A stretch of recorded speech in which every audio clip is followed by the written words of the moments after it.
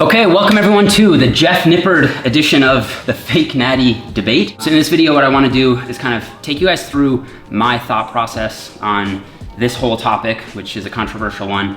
First thing that I want to do is I want to show you guys the results of my most recent drug test. So here it is. I just got this in the email a couple days ago from the WNBF president. And if you guys saw my vlog where I was coaching my friend and client, Pat, I was randomly selected from the audience for a drug test. And they do this as kind of like an extra measure to make sure that their athletes are in fact drug-free. So they'll occasionally hit people with these random tests. So what I want to quickly go through here is just the different anabolic steroids and agents that they tested me for. And as you'll see, if you look down the result column, everything was not detected. The first thing I just want to highlight here, I don't even know what most of this stuff is, but the first thing I want to point your attention to is T to E ratio. So basically this is a testosterone to epitestosterone ratio, and most people will have a 1-to-1 T to E ratio, but some extreme athletes might go as high as like a 2 or a 3-to-1 T to E ratio. But as far as I can tell, pretty much like 99% of athletes won't be natural and have as high as a 4 T to E ratio. So testosterone is the active form of testosterone, and epitestosterone is the inactive form.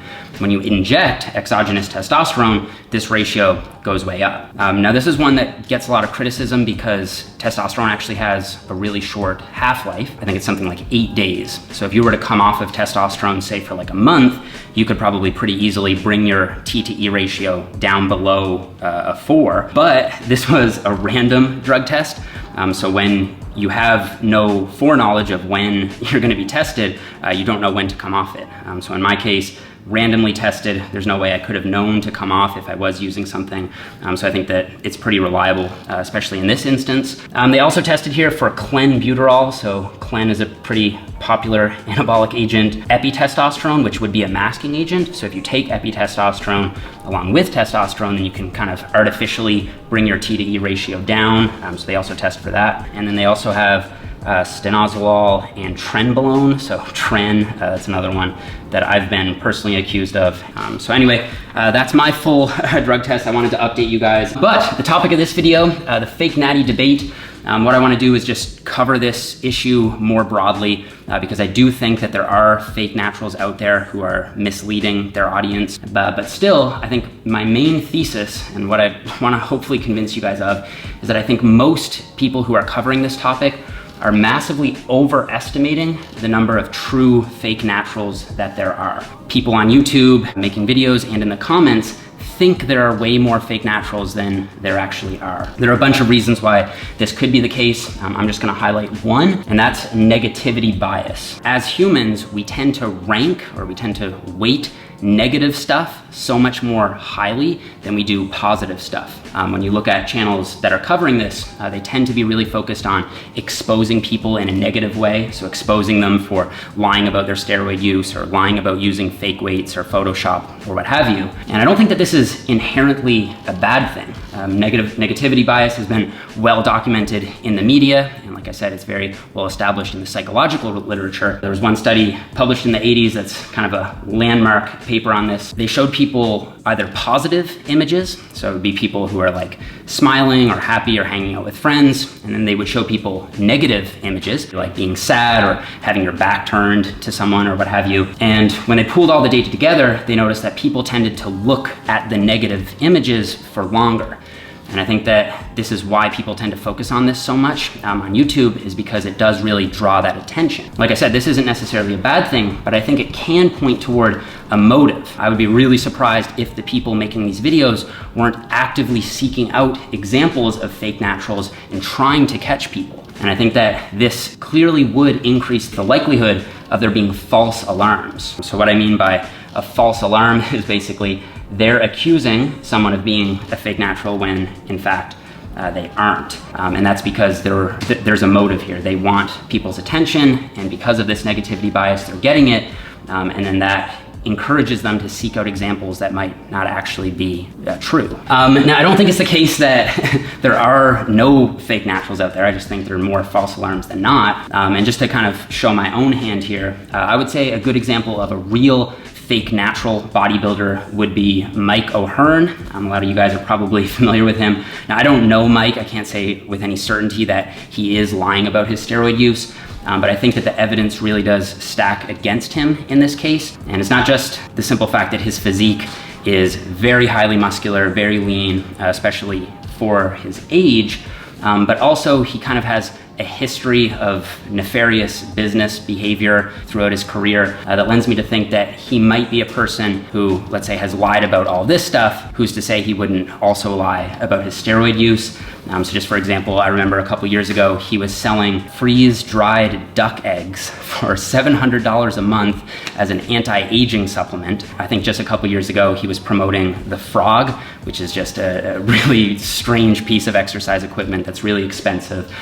So given his general character and conduct, I think that it wouldn't be a stretch to think that he would lie about something else like steroid use. And I think that that's something that a lot of people who make these videos underestimate. They're not looking at how these people conduct themselves. They don't look at examples of their integrity or lack of integrity. They tend to only focus on their physique. And I think that that's kind of a narrow-minded approach to this dilemma. So anyway, the question then becomes, who can you trust if not these people whose channels are pervaded with negativity bias? And I think that a bare minimum standard should be someone who has a good amount of experience. Just using myself as an example, not saying that I'm the best authority on this topic, but I've competed, or I've had an experience with drug testing across the past 6 or 7 years. And I'm just gonna quickly take you guys through that because I think it might be enlightening. So my first competition where I was drug tested was in 2012. I actually competed twice before this, in 2009 and 2010. But those weren't drug tested shows. So I wanted to seek out a show that would have more of a level playing field. So I went to an IFBB event that is a Canadian national event, and it was marketed as being drug tested. However, after the competition, out of 200 or 300 competitors, men and women, they actually only drug tested 3 people out of everybody. I was one of them. I'll just put up a picture here of the final 4 competitors. So I was the lightweight winner. The heavyweight guy actually ended up winning the whole show, but he wasn't, quote, randomly selected for the drug test. So it seemed a little bit suspicious to me that the overall winner wasn't actually drug tested. The other 3 of us were the only other people out of all the men and all the women across all the divisions who were in fact drug tested by urinalysis. Myself and the middleweight winner were the only 2 to actually pass the drug test. The super heavyweight guy got slammed for some anabolic agent or something. So out of the 3 people that were tested, 1/3 were fake naturals. There's only 3 of us. So that kind of led me to think that the IFBB probably isn't the most reliable place to go for drug tested events, and then by extension, the NPC. So in the next 2 years, I was basically doing my research, looking for people who endorsed actually reputable natural federations, and I landed on the WNBF. So I flew out to California, competed there, actually won that competition. And what's different here is that every single competitor, in order to just get on stage, has to first pass a polygraph test. I've talked about the polygraph test in other videos, and I won't go into a lot of detail here.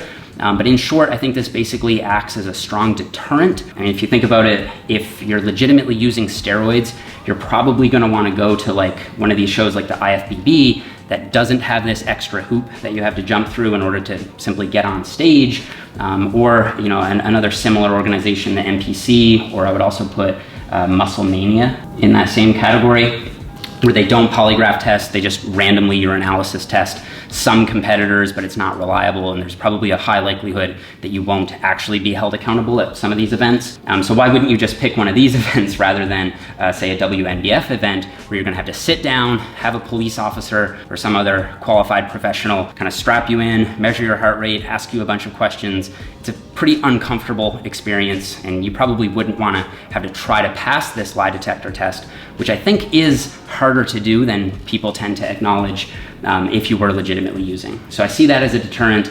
And then also they urinalysis test all of their winners, including myself. So I was polygraph tested and urinalysis tested at this event. A little later that year, I competed at an OCB event, which is another, I think, pretty reputable bodybuilding organization, even though I don't think I was urinalysis tested there, and they honored my polygraph test from the WNBF show. But still, I don't keep up with all the natural bodybuilding organizations but my loyalty since 2014 has been with the WNBF. So 2015, I did another show, and I was urinalysis tested and polygraph tested again here in New Haven, Connecticut.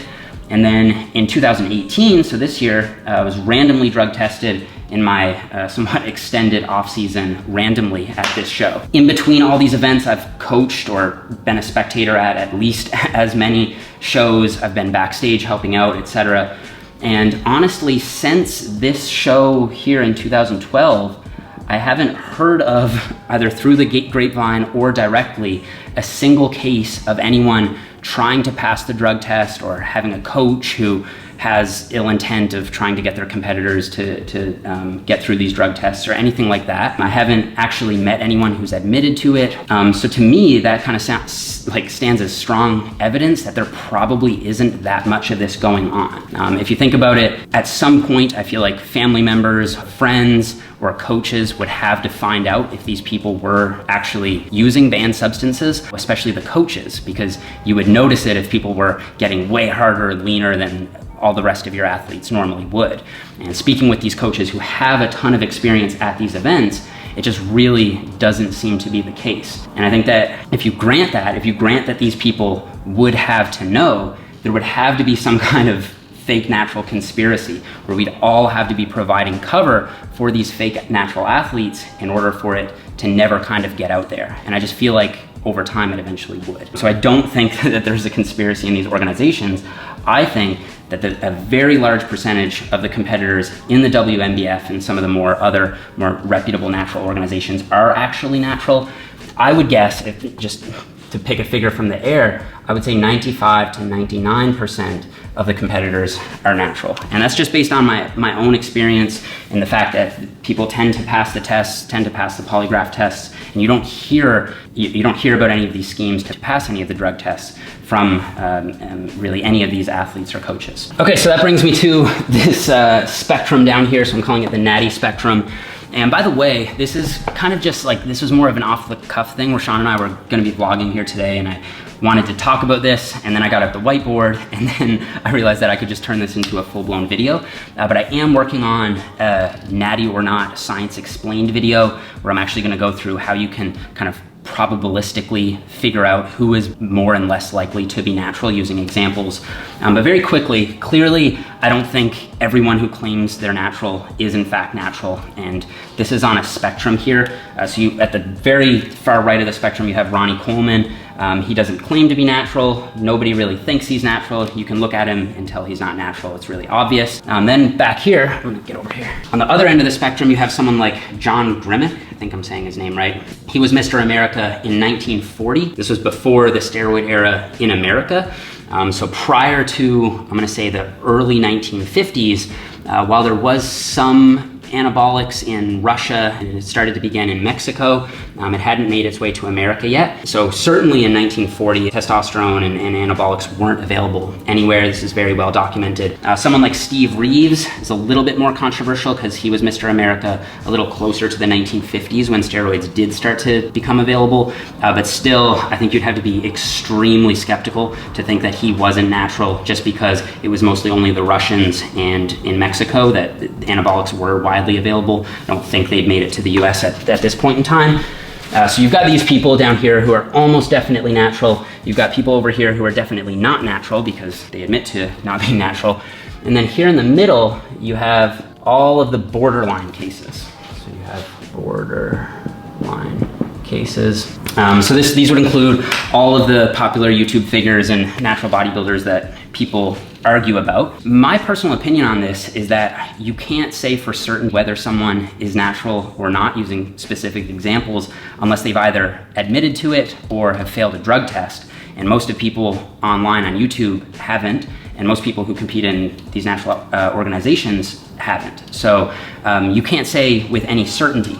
But I think that from a practical perspective, you're better off giving them the benefit of the doubt, being more charitable, and being more optimistic because from a motivational and inspirational perspective, that's not gonna set a very low limitation for you on what you might be able to naturally achieve. Now that isn't to say that, let's say you find someone's physique very inspiring, that if you just don't set that limitation on yourself, you'll be able to achieve the same physique as them, because clearly you're going to be limited by your genetics. But still, I think it's a little bit more defeatist than what I'd like to encourage, to assume that people are lying and that they are in fact on steroids. You could just say that, well, maybe we don't know for sure, and maybe this very impressive level of physique development is possible naturally. The way that I reason this out in my own head is that I know people who are competing in these events, so people like Sam Okunola, for example, who have a very impressive level of muscular development. I know them personally. I know that they have good character and a good history of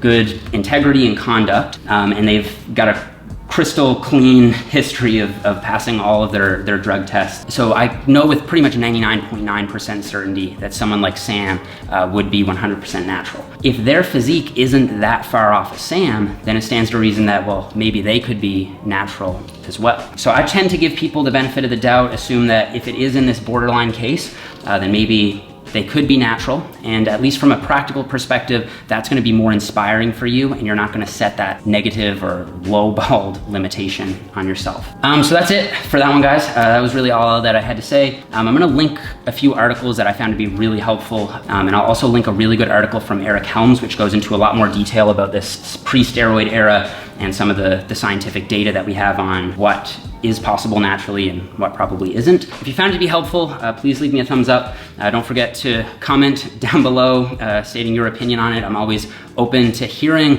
what you guys think, and I actually feel like I've learned quite a lot from debates about this, so I have no problem with people voicing their opinion on it. If you haven't subscribed, don't forget to subscribe, and I'll see you guys all here in the next video.